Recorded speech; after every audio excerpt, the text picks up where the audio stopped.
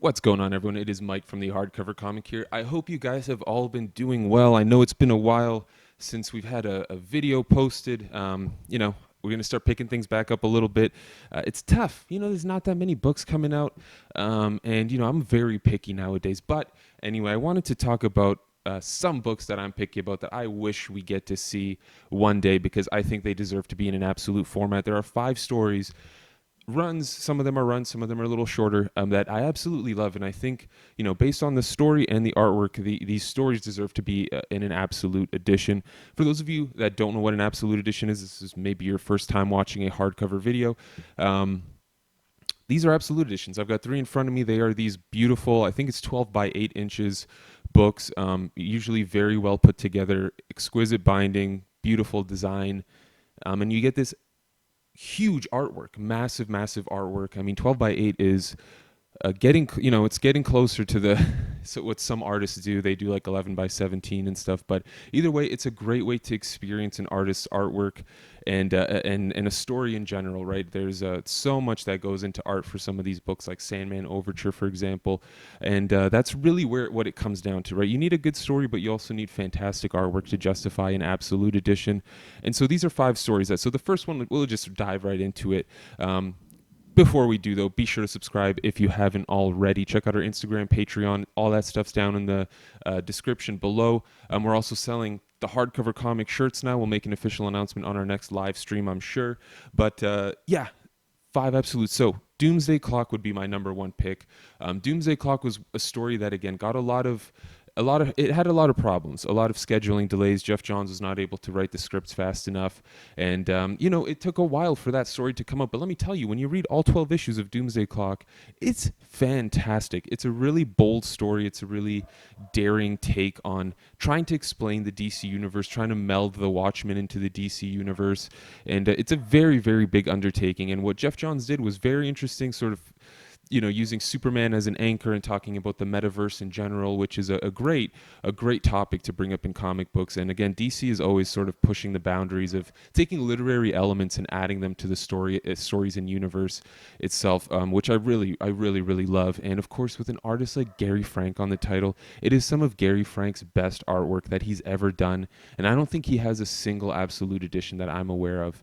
And he is insane. I mean, Doomsday Clock is some of the best work he's ever produced. So many amazing, incredibly detailed 9-panel pages, Dave Gibbons style. Oh, it's so good. It's so wonderful. And if it's 12 issues, they're all oversized prestige type issues, so it'd be like a 400-page book. I'm sure there's a whole bunch of special content they could throw in there as well, make it a really nice volume. Hopefully we'll see that someday. I would absolutely love it. Another title that I would love to see in an absolute format, and I apologize, guys, these are all sort of newer titles, and these are all going to be DC titles because there actually is a chance of getting an absolute edition with DC Comics as opposed to like Marvel. But another book that I personally would love to see in an absolute size format is Wonder Woman by Greg Rucka. And I mean particularly the Rebirth stuff. Now, don't get me wrong, the stuff he did back at, I think it was about a decade ago, maybe 2, with J.G. Jones was not bad at all. That was great as well. And a whole bunch of other artists as well, of course. But the Rebirth stuff in particular, I mean, what a fantastic story, first of all. It was about 20-ish issues. And he had these alternating stories happening with 3 artists, really, that absolutely stunned me from start to finish. So Liam Sharp working with Greg Rucka, doing some of the more modern time Wonder Woman stories was insane. I mean, the mythological aspect and the way, Liam Sharp is so incredibly detailed with his artwork, and it really showed in Wonder Woman when, again, he's drawing these mythological creatures and beings, and Wonder Woman's, facing off against Cheetah in this poetic battle, talking about the past between Minerva and Diana.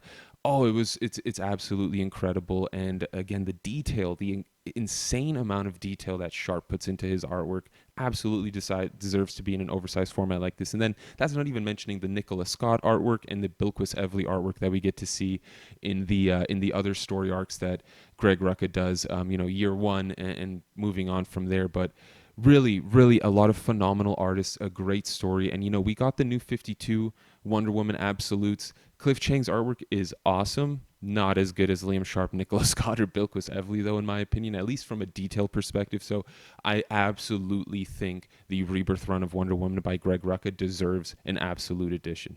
Gotta have a new Batman Absolute every once in a while. And this man in particular, Sean Murphy, does not have enough Absolute editions. He does not have enough oversized hardcovers out in the marketplace for people to buy. Batman White Knight, written and drawn by Sean Gordon Murphy, one of my favorite artists, who, again, like I just said, does not have any Absolute editions out there, and he's done some incredible work. And Batman White Knight is some of the newest work that he's done. He crushed it, both from a writing and an art perspective. And it's sort of, the idea behind it is that Joker cures his mental illness, and he tries to set things right on the wrong foot, and you sort of see Batman's fall from grace in this universe. And it's very, very well done. The artwork is stunning. Absolutely gorgeous, gorgeous work by Sean Murphy.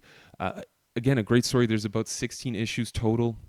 It's getting a little further and further now. They're going to have a Harley Quinn spin-off in the future, but anything by Sean Murphy, anything that he drew, put that in an Absolute, because it's not only a great story, but we'll finally get an Absolute edition from DC Comics with some Sean Murphy extra oversized artwork. If you are interested in some extra oversized Sean Murphy artwork, he has released a whole bunch of sketchbooks, and you can get Tokyo Ghost. That's Absolute size from Image Comics. Rick Remender wrote the story. A great way to experience some Sean Murphy artwork. Now, these next two titles are slightly older runs that I still think deserve some of the best artwork you'll ever see. And the first one I'm going to talk about is The Spectre by Mandrake and John Ostrander. Tom Mandrake, John Ostrander.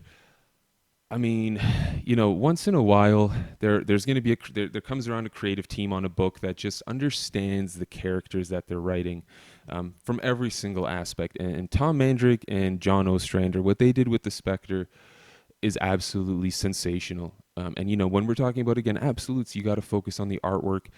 And Tom Mandrake was meant to draw the Spectre. I mean, the page layouts, the way the characters will transition shapes and forms throughout a page, and you see the Spectre become this giant being, relative to everyone else. And it's all so incredible as he's trying to strike terror into some of the characters, but he's also, trying to be the spirit of vengeance. And you get to see, again, Jim Corrigan sort of flowing in and out of the state of being the Spectre. And you see the Spectre floating in and out of various states as well, from heaven to hell to earth it's absolutely beautiful. And the way Tom Mandrake is able to make everything flow, and the horror theme, the supernatural aspect of the Spectre is just oozing off the pages. I mean, it's what Tom Mandrake was meant to draw. And John Ostrander does an incredible job writing an insanely compelling story that ran for about 64, 65 issues. These guys were doing this book. So, I mean, a while they did it, and it's marvelous. It's so well done. You get to really think about, crimes that humans commit, first world problems, third world problems, and the idea of vengeance and moral right and wrong. Very, very well done, with some spectacular artwork that I would love to see on a nice newsprint, absolute size book, sort of like what we got with the Green Arrow, Green Lantern, Hard Traveling Heroes Absolute. I think it would be beautiful. Don't recolor it, please. There's no need to. It's already perfect. And it's, again, an older story that not that many people have gotten to experience. There's no deluxe, there's no omnibus, but it deserves an absolute, because Tom Mandrake's artwork deserves an absolute for the Spectre. And that brings me to my last book, which we are, unfortunately, there's been talks about whether it's going to be a standard hardcover, whether it's going to be a deluxe. Really, we should have gotten a set of Man of Steel absolute editions. John Byrne redefined Superman. He redefined him. He went from origin to, hundreds of, I mean, it was such a long run and such a bountiful run full of incredible stories. There's 9 trade paperbacks available. We're going to be getting these hardcovers that, as of now, I believe are standard size hardcovers, which is a shame. It's John Byrne. John Byrne's artwork is mind-blowing. Anytime John Byrne gets an omnibus or something over at Marvel, it's gone right away. It goes so fast. I don't understand why we couldn't get a set of, for, I don't know how many absolutes it would be. It would be a bunch of absolutes, but it'd be awesome. And why not? Why not? It's fantastic artwork. The detail that John Byrne puts in, the way his stories flow, the way he lays out his panels and sequentially tells a story with his artwork and writing. It's absolutely sensational. And he's got, some other artists and writers that come in and help him out once in a while with the story. But Man of Steel by John Byrne is some of the best and most beautiful Superman artwork and storytelling I think that's ever been done, and truly deserves to get an absolute edition. I would buy the entire set.